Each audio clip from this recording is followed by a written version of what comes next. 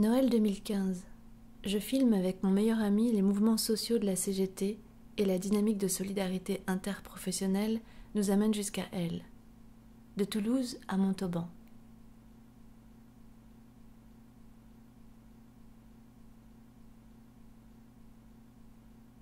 Vous avez des gens qui faisaient leur boulot et qui voulaient faire de cette clinique un lieu d'excellence de la santé. Ils n'ont pas vu. Il faut être con. Il faut vraiment être con.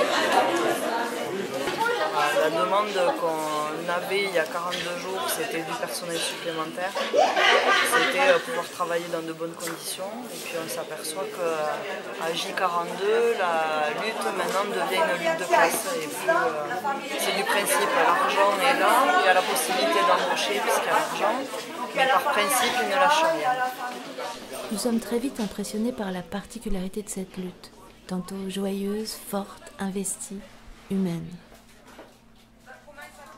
Dans la Bourse du Travail, je filme l'attente et je suis impressionnée par la stratégie collective mise en place, la concertation et la détermination de ces nombreuses femmes en majorité.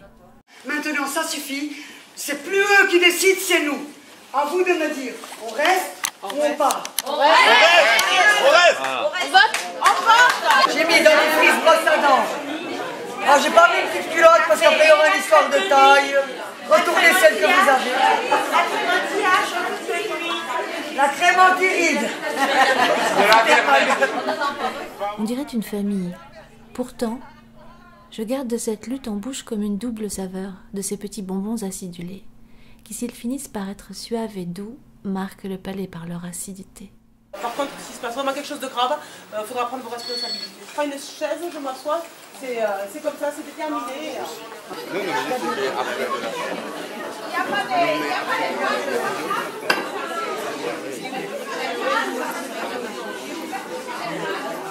Pas ça,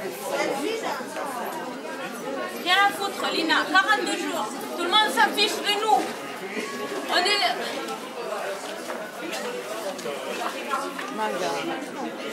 On n'est pas là pour 40 € par mois. On est là parce qu'on en a marre de maltraiter les patients, parce que notre patron nous oblige à maltraiter les patients. Hein? Tu vas voir, tu vas pas le faire. De toute façon, on était déterminés pour demain. Ça va changer quoi quand on commence ce soir? C'est comme ça, on restera là. Et s'il y a des problèmes, s'il y a des dégâts, ça sera leur faute, hein, pas la nôtre. 42 jours qu'on nous méprise, ça suffit. Il y en a marre de maltraiter les patients. Il reste 3 heures dans son charge plein de merde. Il y en a marre. Nous, on a un cœur, on est des soignants. On demande juste, on ne demande pas la lune, on ne demande pas de nous doubler les salaires. On demande des conditions de travail dignes. Qu'est-ce qu'on demande de plus? 4 postes de plus supplémentaires dans la clinique? C'est la lune, ça? C'est notre droit de bien travailler. C'est parce qu'on ne peut pas. On se sent obligé de se reconvertir, mais nous, on aime notre métier. La santé, veulent faire de la santé une entreprise, une boutique, comme ils appellent. C'est une boutique, c'est pas une boutique, c'est une clinique où on soigne des patients. Eux, ils préfèrent les compter. Comment n'a-t-on pas voulu voir en haut lieu le caractère inédit de cette lutte? Pourquoi n'ont-elles pas fait un buzz? Ces femmes et ces hommes ont fait trembler un groupe d'actionnaires et à la veille de Noël ont préféré se serrer la ceinture et tenir 52 jours pour être entendus.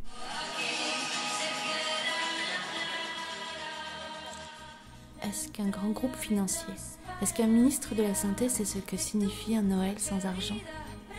Alors nous aimerions, Cinécri et moi, reprendre ce bonbon acidulé en bouche et interroger les premiers acteurs de ce combat, collecter leurs récits, leur bilan aujourd'hui, et dessiner peut-être un mode d'emploi pour apprendre à oser lutter, oser vaincre.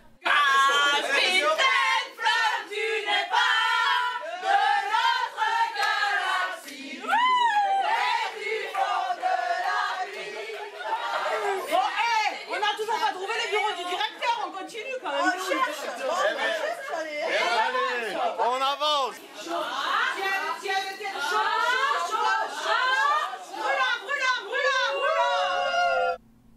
Pour apprendre à oser lutter, oser vaincre, car c'est possible.